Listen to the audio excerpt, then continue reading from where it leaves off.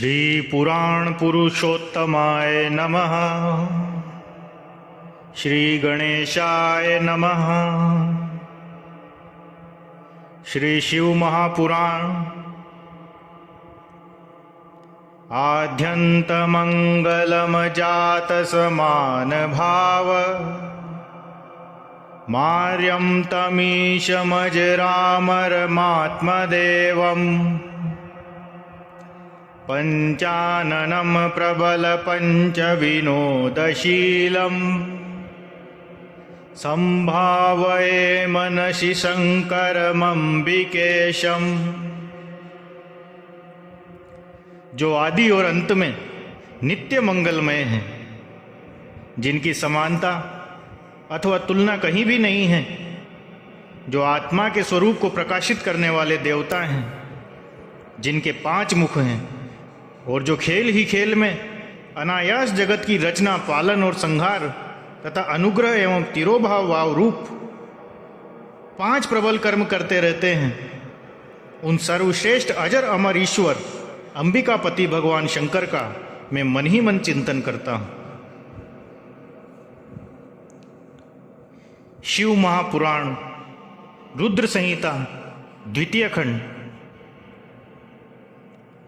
नारद जी के प्रश्न और ब्रह्मा जी के द्वारा उनका उत्तर, सदा शिव से त्रिदेवों की उत्पत्ति तथा ब्रह्मा जी से देवता आदि की सृष्टि के पश्चात एक नारी और एक पुरुष का प्राकट्य।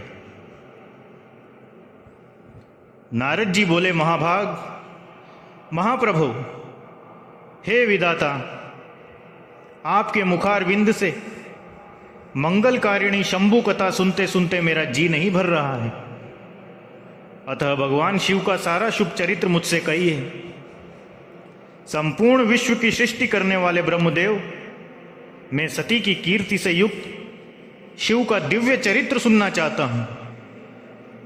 शोभाशालिनी सती किस प्रकार दक्ष पत्नी के गर्भ से उत्पन्न हुई, महादेव जी ने विवाह का विचार कैसे किया, पूर्व काल में दक्ष के प्रति रोष होने के कारण सती ने अपने शरीर का त्याग कैसे किया, चेतनाकाश को प्राप्त होकर वे फिर हिमालय की कन्या कैसे हुई, पार्वती ने किस प्रकार उग्र तपस्या की और कैसे उनका विवाह हुआ, कामदेव का नाश करने वाले भगवान शंकर के आधे शरीर में वे किस प्रकार स्थान पा सकी।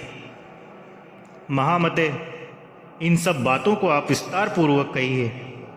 आपके समान दूसरा कोई संशय का निवारण करने वाला न है और न होगा। ब्रह्मा जी ने कहा, मुनि,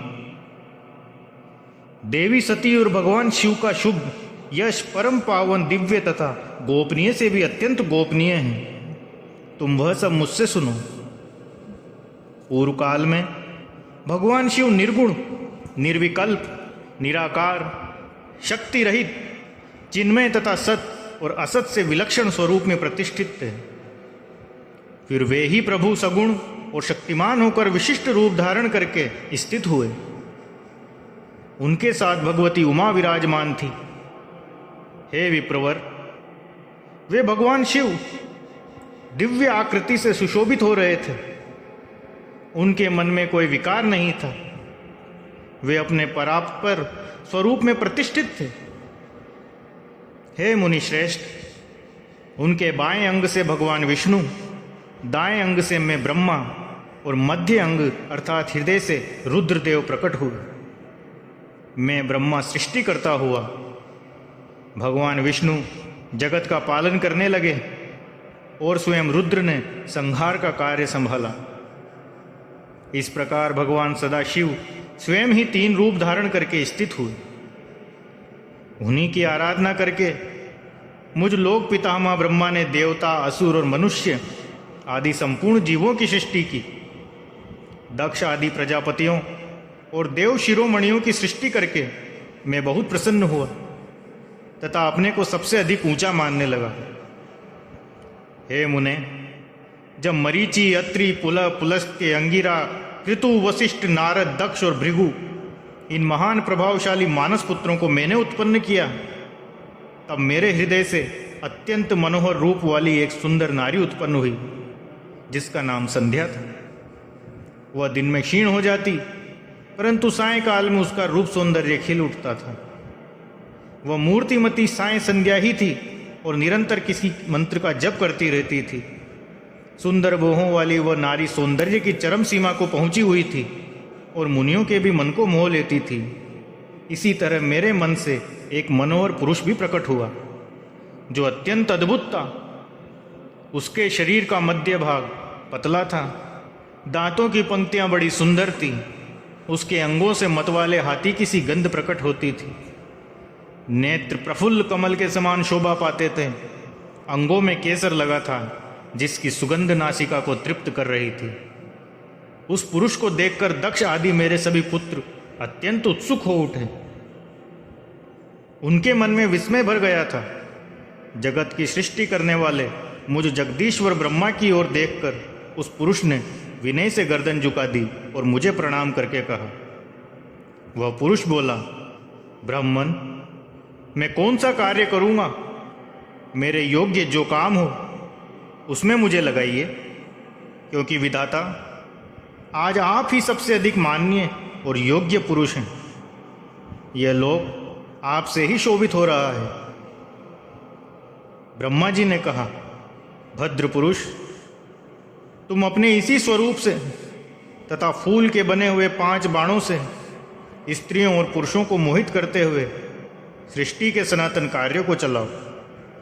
इस चराचर त्रिभुवन में ये देवता आदि कोई भी जीव तुम्हारा तिरस्कार करने में समर्थ नहीं होंगे। तुम छिपे रूप से प्राणियों के हृदय में प्रवेश करके सदा स्वयं उनके सुख का हेतु बनकर सृष्टि का सनातन कार्य चालू रखो।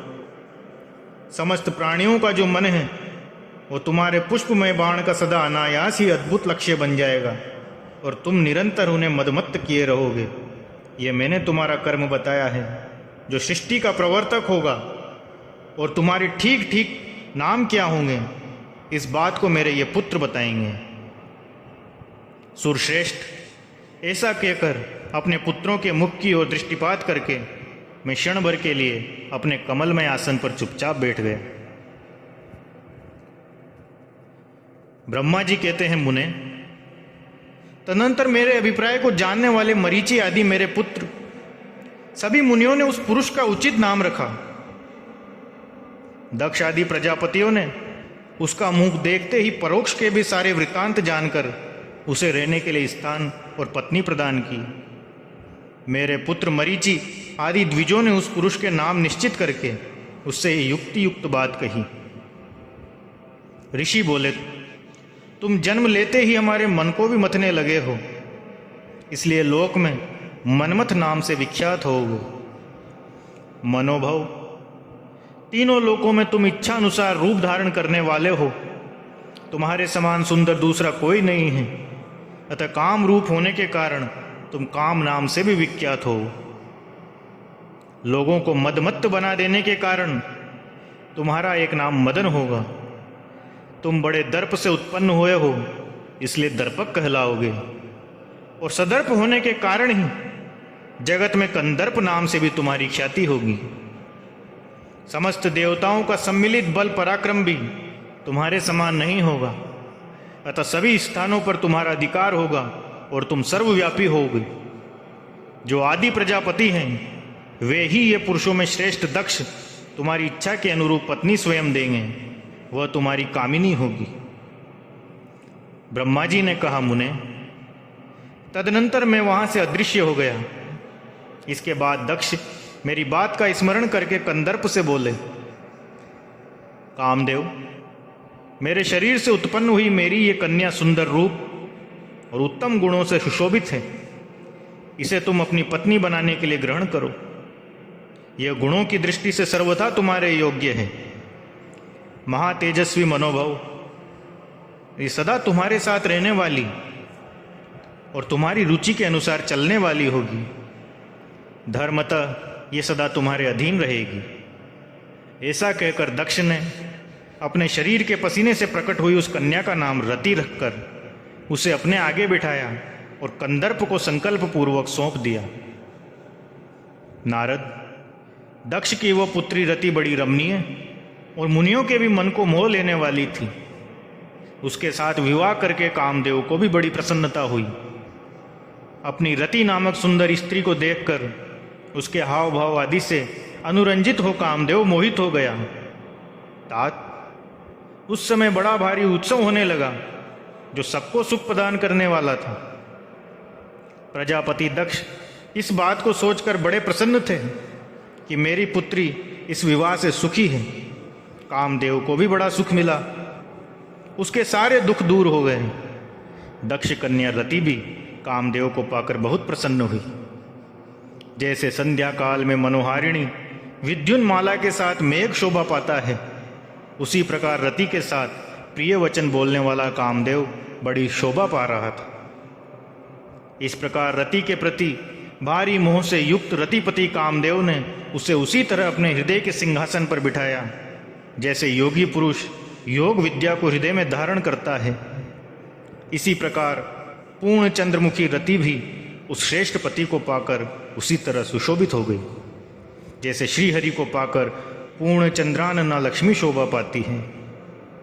सूत जी कहते हैं, ब्रह्मा जी का ये कथन सुनकर मुनि श्रेष्ठ नारद मन ही मन बड़े प्रसन्न हुए और भगवान शंकर का स्मरण करके हर्षपूर्वक बोले, महाभाग विष्णु शिष्य महामते विधाता, आपने चंद्रमौली शिव की ये अद्भुत लीला कही है।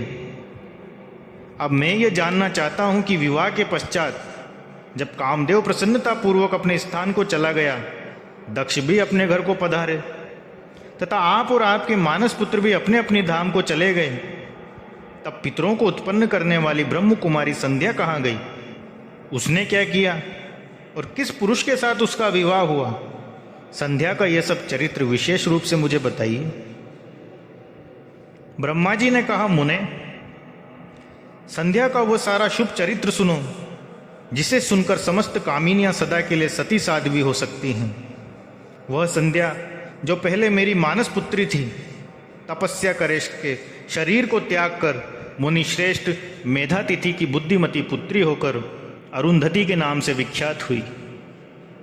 उत्तम व्रत का पालन करके उस देवी ने ब्रह्मा विष्णु और महेश्वर के कहने से श्रेष्ठ व्रतधारी महात्मा वशिष्ठ को अपना पति चुना।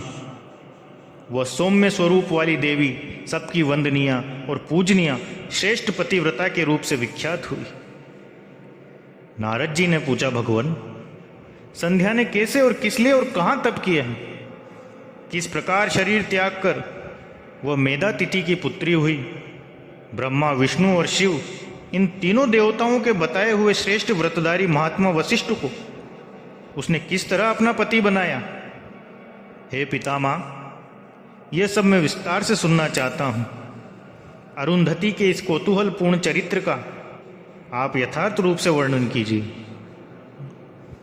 ब्रह्मा जी ने कहा, हे मुने, संध्या के मन में एक बार सकाम भाव आ गया था, इसलिए उस साध्वी ने यह निश्चय किया कि वैदिक मार्ग के अनुसार मैं अग्नि में अपने इस शरीर की आहुति दे दूंगी। आज से इस भूतल पर कोई भी देहधारी उत्पन्न होते ही काम भाव से युक्त न हो, इसके लिए मैं कठोर तपस्या करके मर्यादा स्थापित करूंगी। मन ही मन ऐसा विचार करके संध्या चंद्रभाग नामक उस श्रेष्ठ पर्वत पर चली गई जहां से चंद्रभागा नदी का प्रादुर्भाव हुआ है। मन में तपस्या का दृढ़ निश्चय ले संध्या को श्रेष्ठ पर्वत पर गई हुई जान मैंने अपने समीप बैठे हुए वेद वेदांगों के पारंगत विद्वान सर्वज्ञ जितात्मा एवं ज्ञान योगी पुत्र वशिष्ठ से कहा, बेटा वशिष्ठ, मनस्वनी संध्या तपस्या की अभिलाषा से चंद्रभाग नामक पर्वत पर गई है। तुम जाओ और उसे विधि पूर्वक दीक्षा दो। तात, वह तपस्या के भाव को नहीं जानती है, इसलिए जिस तरह तुम्हारे यथोचित उपदेश से उसे अभीष्ट लक्ष्य की प्राप्ति हो सके वैसा प्रयत्न करो। नारद, मैंने दयापूर्वक जब वशिष्ठ को इस प्रकार आज्ञा दी तब वे जो आज्ञा कहकर एक तेजस्वी ब्रह्मचारी के रूप में संध्या के पास गए। चंद्रभाग पर्वत पर एक देव सरोवर है जो जलाशयोचित गुणों से परिपूर्ण हो मान सरोवर के समान शोभा पाता है। वशिष्ठ ने उस सरोवर को देखा और उसके तट पर बैठी हुई संध्या भी दृष्टिपात किया। कमलों से प्रकाशित होने वाला वह सरोवर तट पर बैठी हुई संध्या से उपलक्षित हो उसी तरह सुशोभित हो रहा था जैसे प्रदोष काल में उदित हुए चंद्रमा और नक्षत्रों से युक्त आकाश शोभा पाता है। सुंदर भाव वाली संध्या को वहां बैठी देख मुनि ने कौतूहल पूर्वक उस बृहल्लोहित नाम वाले सरोवर को अच्छी तरह देखा। उसी प्राकारभूत पर्वत के शिखर से दक्षिण समुद्र की ओर जाती हुई चंद्रभागा नदी का भी उन्होंने दर्शन किया। जैसे गंगा हिमालय से निकलकर समुद्र की ओर जाती है, उसी प्रकार चंद्रभाग के पश्चिम शिखर का भेदन करके वह नदी समुद्र की ओर जा रही थी। उस चंद्रभाग पर्वत पर बृहल्लोहित सरोवर के किनारे बैठी हुई संध्या को देखकर वशिष्ठ जी ने आदरपूर्वक पूछा।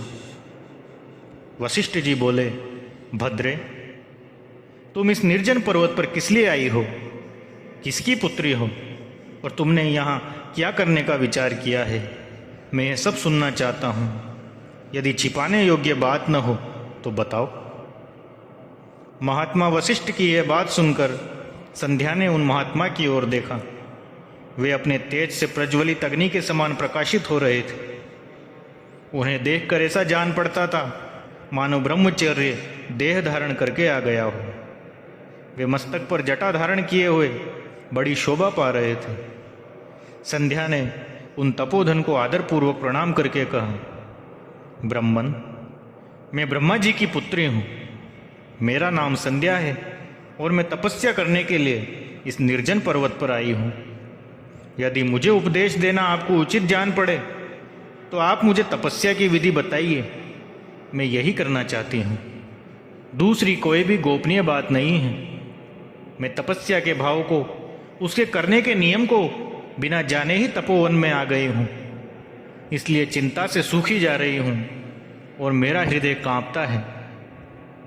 संध्या की बात सुनकर ब्रह्मवेताओं में श्रेष्ठ वशिष्ठ जी, जो स्वयं सारे कार्यों के ज्ञाता थे, उन्होंने उससे दूसरी कोई बात न पूछी। वह मन ही मन तपस्या का निश्चय कर चुकी थी और उसके लिए अत्यंत उद्यमशील थी। उस समय वशिष्ठ ने मन से भक्त वत्सल भगवान शंकर का स्मरण करके इस प्रकार कहा। वशिष्ठ जी बोले, शुभानने, जो सबसे महान और उत्कृष्ट तेज हैं, जो उत्तम और महान तप हैं तथा जो सबके परमाद्य परमात्मा हैं, उन भगवान शंभु को तुम हृदय में धारण करो। मैं जो अकेले ही धर्म, अर्थ, काम और मोक्ष के आदि कारण हैं, उन त्रिलोकी के आदि सृष्टा अद्वितीय पुरुषोत्तम शिव का भजन करो। आगे बताए जाने वाले मंत्र से देवेश्वर शंभु की आराधना करो। उससे तुम्हें सब कुछ मिल जाएगा, इसमें कोई संशय नहीं है। ओम नमः शंकराय ओम। इस मंत्र का निरंतर जप करते हुए मौन तपस्या आरंभ करो और जो मैं नियम बताता हूं उन्हें ध्यानपूर्वक सुनो। तुम्हें मौन रहकर ही स्नान करना होगा। मौनालंबन पूर्वक ही महादेव जी की पूजा करनी होगी। प्रथम 2 बार छठे समय में तुम केवल जल का पूर्ण आहार कर सकती हो। जब तीसरी बार छठा समय आए तब केवल उपवास किया करो। इस तरह तपस्या की समाप्ति तक छठे काल में जलाहार एवं उपवास की क्रिया होती रहेगी। देवी, इस प्रकार की जाने वाली मौन तपस्या ब्रह्मचर्य का फल देने वाली तथा संपूर्ण अभिष्ट मनोरथों को पूर्ण करने वाली होती है। यह सत्य है, सत्य है, इसमें कोई संशय नहीं है। अपने चित्त में ऐसा शुभ उद्देश्य लेकर इच्छानुसार शंकर जी का चिंतन करो। वे प्रसन्न होने पर तुम्हें अवश्य ही अभीष्ट फल प्रदान करेंगे। इस तरह संध्या को तपस्या करने की विधि का उपदेश दे मुनिवर वशिष्ठ यथोचित रूप से उससे विदा ले वहीं अंतर्धान हो गए। ओम नमः शिवाय। शिव महापुराण की इससे आगे की कथा अगले अंक में।